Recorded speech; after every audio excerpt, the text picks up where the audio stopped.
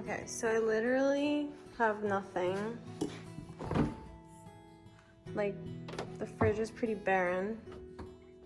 There's like turkey for the dogs.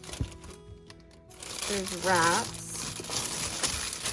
There's like somewhat of an okay, somewhat flaccid cucumber.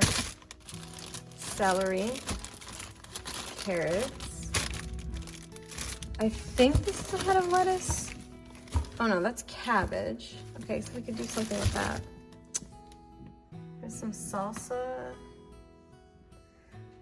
I mean, there's nothing in here. Okay. We've got condiments for days and beer. And then this is literally pretty much all of the fresh veggie stash I actually have. So now I'm gonna figure out what the heck I'm making with all of this. All right, this should be fun. All right, so I just cut up some sweet potatoes. The good news is you can leave the skin on. You can eat the sweet potato skin. Just make sure you wash them beforehand because you don't want dirty sweet potato fries. So give them a good scrub before you start cutting them up. But these are really super simple to do. I'm just gonna make homemade sweet potato fries. So you just need some olive oil. Gonna add some garlic powder, paprika, salt, pepper, and we're gonna get them seasoned up. So I'm gonna put them in a nice bowl so I can add the olive oil, seasoning, get that all ready to go. Preheated the oven to 400 degrees, and then I'll show you what happens next. Pro tip, dogs love raw sweet potato. So make sure, sit, do a trick. Sit, no, sit, spin around. Good girl. Make sure they do a trick first. All right, so now that we have our sweet potatoes all chopped up, you can add about 2 tablespoons of olive oil. I have just regular paprika. You can use any type, but I have Spice Islands. So we'll just put some of that in there. You probably wanna use about, I'm gonna say like half a tablespoon in there. You wanna make sure the spices are coated all over the sweet potatoes, so they're nice and like spicy and they have a little bit of kick to them. So just make sure you add enough so that they're all evenly coated. So once we mix them up, you'll be able to tell because you'll see the sweet potatoes will be missing some spice. All right, and now we're gonna give them a toss. This is very difficult to do with one hand. You could do it with your hand, you could just get on in there. I like to put them in a big enough bowl so I can get in there and evenly coat. Doesn't smell great with all the spices. You'll smell the garlic, the paprika. Has a nice kick to it when you eat them too. But this is like a super easy thing to do if you're just like coming home from work and you just don't want to spend too much time cooking. Cut them up, cut up a sweet potato, add some seasoning. You can put whatever you want, but this is pretty easy. And in my opinion, tastes the best, so we'll just do that. All right, I'm gonna finish tossing these so we can get these in the oven. All right, so before we put them in the oven, key to making something crispy in the oven is obviously parchment paper. So you wanna make sure that, I took about 2 baking sheets out and I'm gonna line them with some parchment paper. Now, here's the thing about parchment paper. It's really annoying to lay flat in the pan. But if you crumple it up in a ball. Right, I'll show you how easy this is once it's done. It makes it super easy to lay flat in the pan so you don't have to worry about it like curling up while you're putting your sweet potatoes on there.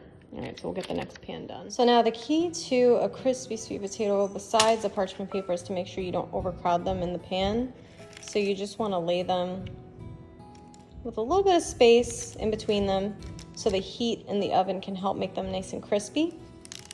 Just lay them flat on your pan. Okay, let's throw these bad boys in the oven. And get them cooking for about, like I said, 25-30 minutes. Just keep an eye on them, don't leave them. So every 5 minutes or so, just come and check on them, make sure they're not burning. If you need to turn the pan, because you see one side's cooking and not the other, just make sure you rotate the pan. So we'll come back and check on those in about 5 minutes. And because I have no idea what I'm doing and I'm just kind of making this up as I'm going along, I have some eggplant. I have a lot of oil and that delicious seasoning I used for the paprika left over, for the, my God, I can't speak, for the sweet potato left over. So I'm gonna put some chopped up eggplant and just throw that in the oven too, because why not? Again, in the spirit of just going with it and having no idea what I'm doing, I added an onion to the chopped up eggplant. I cubed up the eggplant that I had left over. Coincidentally enough, it's leftover eggplant from the eggplant parmigiana I made a week ago. And I'm just gonna toss this up and whatever leftover olive oil is in here, but I'm gonna add a little bit more because I don't think there's enough oil to coat everything. And again, paprika, salt, pepper, garlic powder, toss that up real nice, and then we're gonna throw it in a pan, throw it in the oven. All right, so that's all tossed up and ready to go.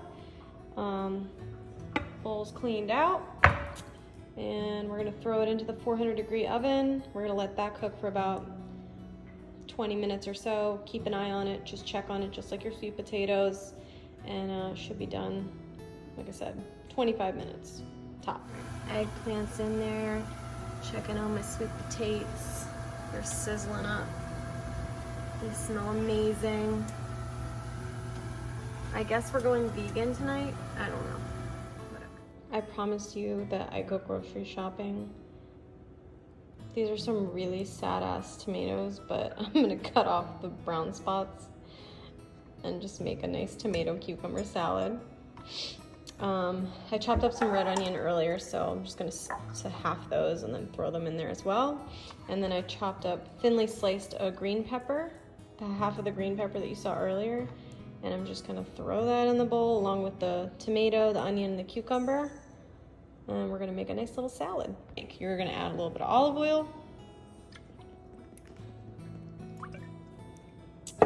I wanna say like maybe a tablespoon, 2 tablespoons, depending on how much tomato and cucumber you have.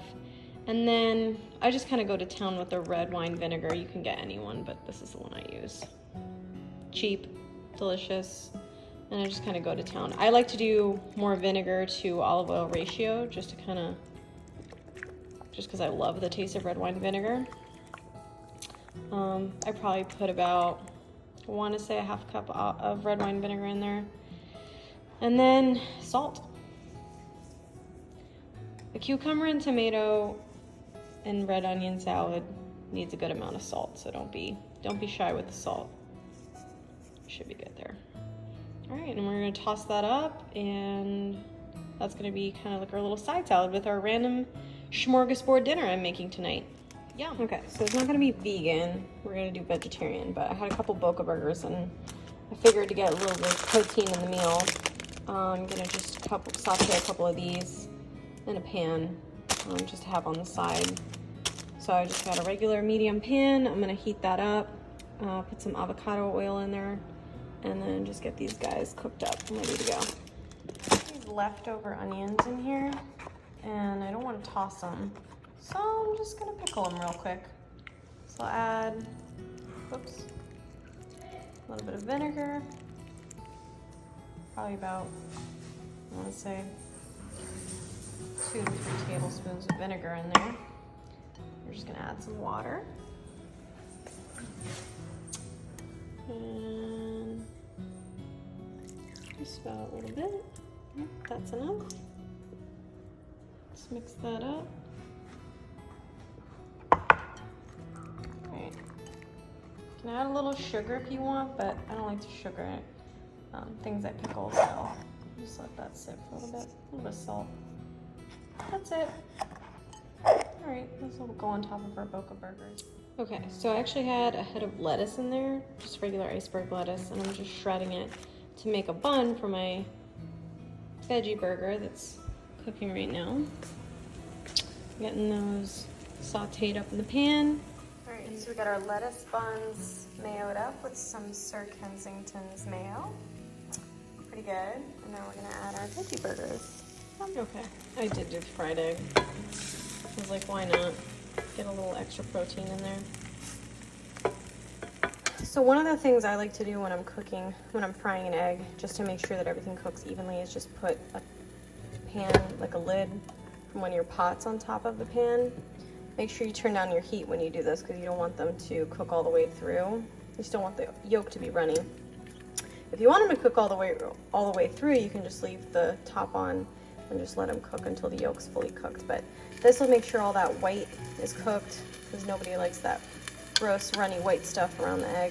Make sure that's cooked and that your egg fries evenly, and they'll be super tasty. Here's our eggplant. Our sweet potatoes are done. And now we get to assemble. And there you go. You have a Gourmet Boca Burger, a little tomato red onion salad, eggplant and onion smorgasbord, some sweet potato fries. Can't wait to eat those. Yeah, there you go. Bunch of randomness left over in my fridge and whipped up a delicious meal for 2 people. All right, I'm gonna rate, comment, and subscribe. Thanks for watching. Look at that egg, perfectly cooked, nice and runny. Yum.